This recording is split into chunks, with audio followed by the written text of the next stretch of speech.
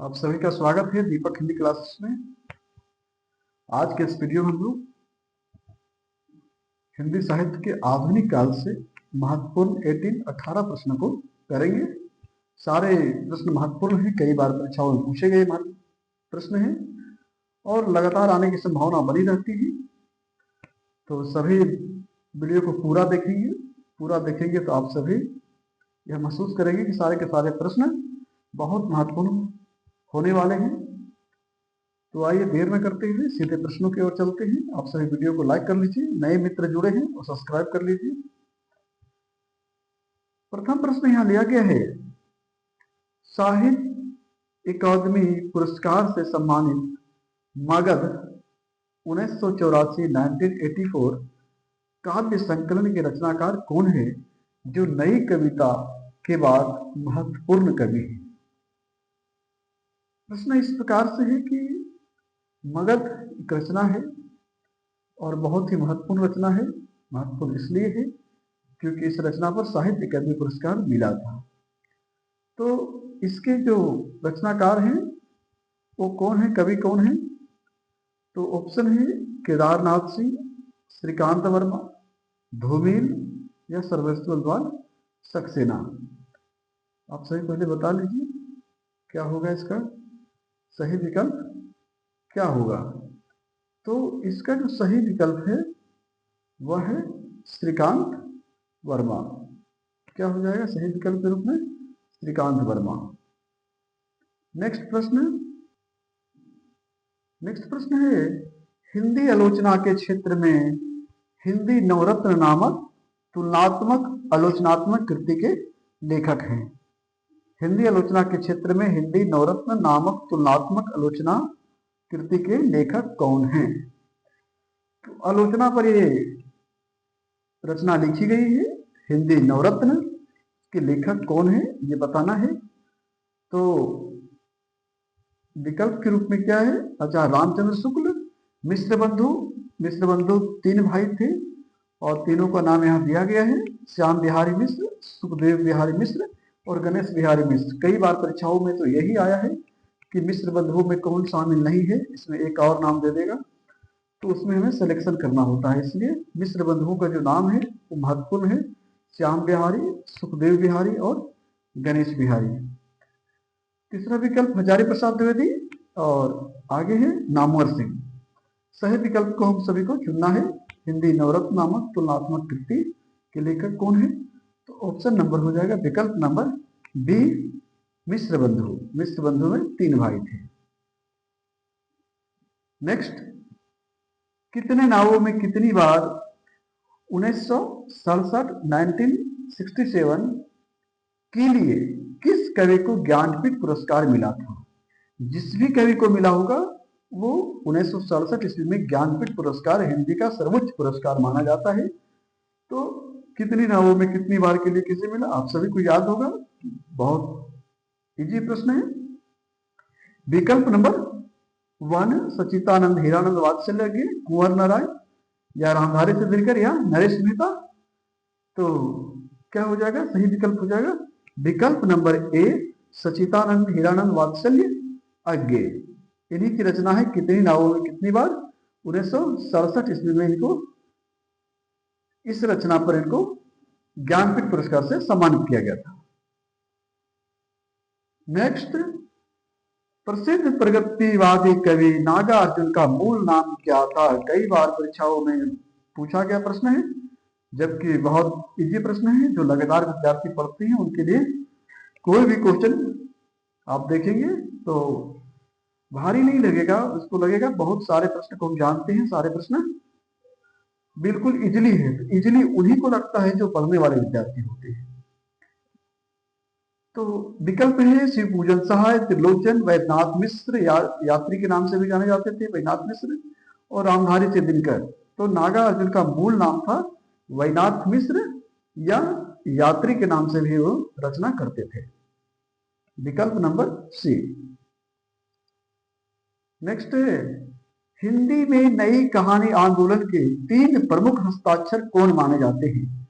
हिंदी में नई कहानी आंदोलन के 3 प्रमुख हस्ताक्षर कौन माने जाते हैं? विकल्प है अज्ञे ईला चंद्र जोशी, भगवती चरण वर्मा, राजेंद्र जादव, कमलेश्वर या मोहन राकेश, जैनेन्द्र हजारी प्रसाद द्विवेदी या रामचंद्र शुक्ल। विकल्प नंबर 4 प्रेमचंद, जयशंकर प्रसाद या अस्वाल। आप सभी जल्दी से विकल्प को लगा लीजिए। तो विकल्प हो जाएगा option number B, Rajendra Yadav, Kamleshwar और मोहन राकेश। ये नई कहानी आंदोलन के 3 प्रमुख हस्ताक्षर माने जाते हैं। नेक्स्ट, आधुनिक काल के किस काव्य धारा में कवि को लघु मानव की प्रतिष्ठा और छंद की महत्व से जोड़ा गया? आधुनिक काल की किस काव्य धारा में कविता को लघु मानव की प्रतिष्ठा और छंद के महत्व से जोड़ा गया? आप सभी जल्दी से लगाइए, क्या हो जाएगा? ये हो जाएगा नई कविता। विकल्प नंबर सी, विकल्प नंबर सी नई कविता। नेक्स्ट प्रश्न, राष्ट्रीय सांस्कृतिक काव्यधारा के प्रमुख कवि कौन हैं जिनकी प्रसिद्ध रचना हिम तरंगिनी 1949 के लिए इन्हें साहित्य अकादमी पुरस्कार मिला था? साहित्य अकादमी पुरस्कार मिला था किनको? हिम तरंगिनी के लिए। विकल्प है बालकृष्ण शर्मा नवीन, सुभद्रा कुमारी चौहान या माखन लाल चतुर्वेदी या श्याम चरण गुप्त। क्या होगा सही विकल्प? विकल्प number C, Makhan Lal Chaturvedi. Next प्रश्न है VBI प्रश्न, आचार्य रामचंद्र शुक्ल ने हिंदी साहित्य का इतिहास किस पद्धति पर लिखा जो आज भी सबसे अधिक प्रमाणिक मानी जाती है? तो सबसे अधिक प्रमाणिक है, हम सभी का जो प्रश्न आता भी है तो रामचंद्र शुक्ल से कि जो इतिहास लिखा गया हिंदी साहित्य का, उससे सबसे ज्यादा प्रश्न उसी से पूछा जाता है, उसी के अनुसार पूछा जाता है। तो सबसे पहला है समाज शास्त्रीय पद्धति या विधेयवादी पद्धति या वर्णानुक्रम पद्धति या कालानुक्रम पद्धति। कौन से पद्धति का इस्तेमाल इन्होंने किए हैं अपने हिंदी साहित्य का इतिहास लिखने के लिए? जल्दी से विकल्प लगा लीजिए, क्या होगा? विकल्प नंबर डी, कालानुक्रम पद्धति। कालानुक्रम पद्धति के अनुसार इन्होंने ये जो हिंदी साहित्य का इतिहास है तो पूरी रचना को लिखी है। नेक्स्ट प्रश्न, फणीश्वर दास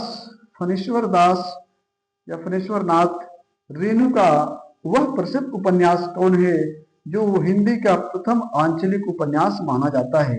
हिंदी का प्रथम आंचलिक उपन्यास कौन है?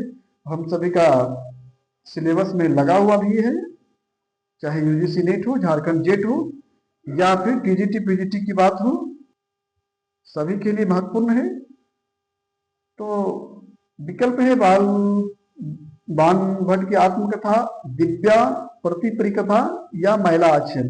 कौन सा उपन्यास है जो पहला आंचलिक उपन्यास माना जाता है? तो विकल्प नंबर डी, महिला आंचल। नेक्स्ट प्रश्न, कामायनी 1935 प्रकाशन वर्ष है। किस छायावादी कवि की महाकाव्य रचना, महाकाव्यात्मक रचना है जिसमें मनु, श्रद्धा और ईड़ा के माध्यम से मानव जीवन के विकास को दर्शाया गया है? विकल्प है हरिवंश राय बच्चन, रामधारी सिंह दिनकर, जयशंकर प्रसाद या सूर्यकांत त्रिपाठी निराला। कामायनी किसकी रचना है? सभी का सिलेबस में लगा हुआ है कामायनी। ये जो महत्वपूर्ण काव्य है, बहुत लंबी कविता है कामायनी, तो किसकी रचना है? ये है जयशंकर प्रसाद जी का। विकल्प नंबर सी। सभी जानते होंगे इस प्रश्न को।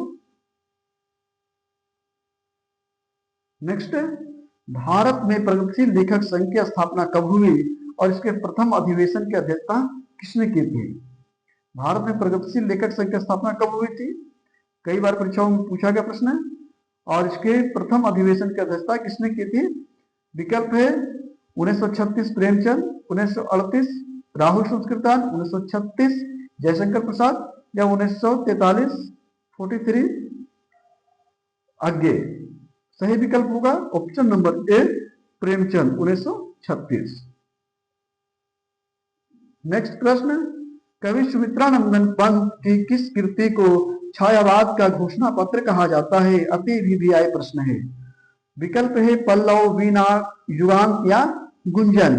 तो विकल्प हो जाएगा विकल्प नंबर ए, पल्लव जो इनकी रचना है उसको छायावाद का घोषणा पत्र कहा जाता है।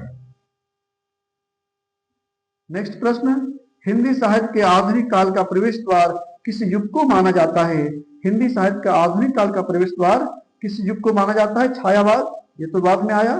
प्रगतिवाद, ये तो और भी बाद में आया है। भारतेंदु युग या द्विवेदी युग, सभी जानते हैं भारतेंदु युग को ही हम लोग हिंदी साहित्य का या प्रारंभिक काल माना जाता है या प्रवेश काल माना जाता है भारतेंदु युग को।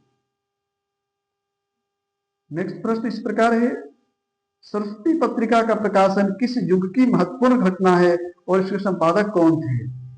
इजी प्रश्न है, कई बार परीक्षाओं में आया है लेकिन इजी है। द्विवेदी युग महावीर प्रसाद द्विवेदी, छायावाद युग जयशंकर प्रसाद, भारतेंदु युग भारतेंदु हरिश्चंद्र या प्रयोगवाद सच्चिदानंद हीरानंद वात्सल्य। सभी आप सभी जानते होंगे, ऐसे हम आशा करते हैं। यह है क्या, सरस्वती पत्रिका के संपादक थे महावीर प्रसाद द्विवेदी।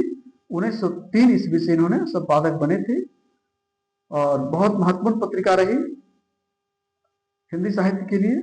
यहीं से शुद्ध हिंदी की शुरुआत मानी जाती है। तो द्विवेदी युग महावीर प्रसाद द्विवेदी। नेक्स्ट प्रश्न, निम्नलिखित कवियों में से कौन छायावाद के 4 प्रमुख स्तंभों में नहीं है? छायावाद के प्रमुख 4 कवि हुए हैं। विकल्प है सूर्यकांत त्रिपाठी निराला या रामधारी सिंह दिनकर, जयशंकर प्रसाद या सुमित्रानंदन पंत। इसमें से कौन है जो छायावाद कवि नहीं है? निराला जी तो हैं, रामधारी सिंह दिनकर जी नहीं है। रामधारी सिंह दिनकर जी नहीं है, तो सही उत्तर हो जाएगा जयशंकर प्रसाद भी, सुमित्रानंदन पंत है और एक है महादेवी वर्मा। नेक्स्ट प्रश्न, महादेवी वर्मा की किस कृति को ज्ञानपीठ पुरस्कार प्राप्त हुआ? कौन सी ऐसी कृति है जिसके लिए महादेवी वर्मा जी को ज्ञानपीठ पुरस्कार से सम्मानित किया गया था? विकल्प है दीपशिखा, यामा, निहार या रश्मि। सही विकल्प हो जाएगा यामा। यामा के लिए इन्हें ज्ञानपीठ पुरस्कार से सम्मानित किया गया था। नेक्स्ट प्रश्न, प्रगतिवाद की प्रमुख वैचारिक पृष्ठभूमि क्या है? प्रगतिवाद की प्रमुख वैचारिक पृष्ठभूमि क्या है? कालावाद, गांधीवाद, मार्क्सवाद या स्वच्छंदतावाद। सही विकल्प हो जाएगा मार्क्सवाद। मार्क्सवाद या साम्यवाद, इसे प्रगतिवाद भी कहा जाता है या इसकी जो वैचारिक पृष्ठभूमि है वह प्रगतिवाद का मार्क्सवाद है। और अब अंतिम प्रश्न, तार सप्तक 1943 के संपादक कौन थे और इनका संबंध किस काव्यधारा से है? तो तार सप्तक के कवि सभी जानते हैं। विकल्प है गजानंद माधव मुक्तिबोध, धर्मवीर भारती नैविकयिता या राम कुमार वर्मा रहस्यवाद या सच्चिदानंद हीरानंद वात्सल्य अज्ञे प्रयोगवाद। तो तार सप्तक के कवि कौन हुए हैं? अज्ञे जी हुए हैं। इन्होंने 1943 में यह तार सप्तक शुरू किए थे, उसके बाद वो क्रम चलता रहा और इस प्रकार से सही विकल्प हो जाएगा विकल्प नंबर डी, अज्ञे। आप सभी को अच्छा लगे तो इस वीडियो को लाइक कर दीजिए और अधिक से अधिक अपने दोस्तों के पास शेयर कीजिए। जो लोग अभी अभी तैयारी शुरू किए हैं उनको विशेष लाभ होगा इससे। तो आप सभी को धन्यवाद। आप सभी नए मित्र हैं, अगर कोई जुड़े हैं तो सब्सक्राइब कर लीजिए। बहुत बहुत धन्यवाद।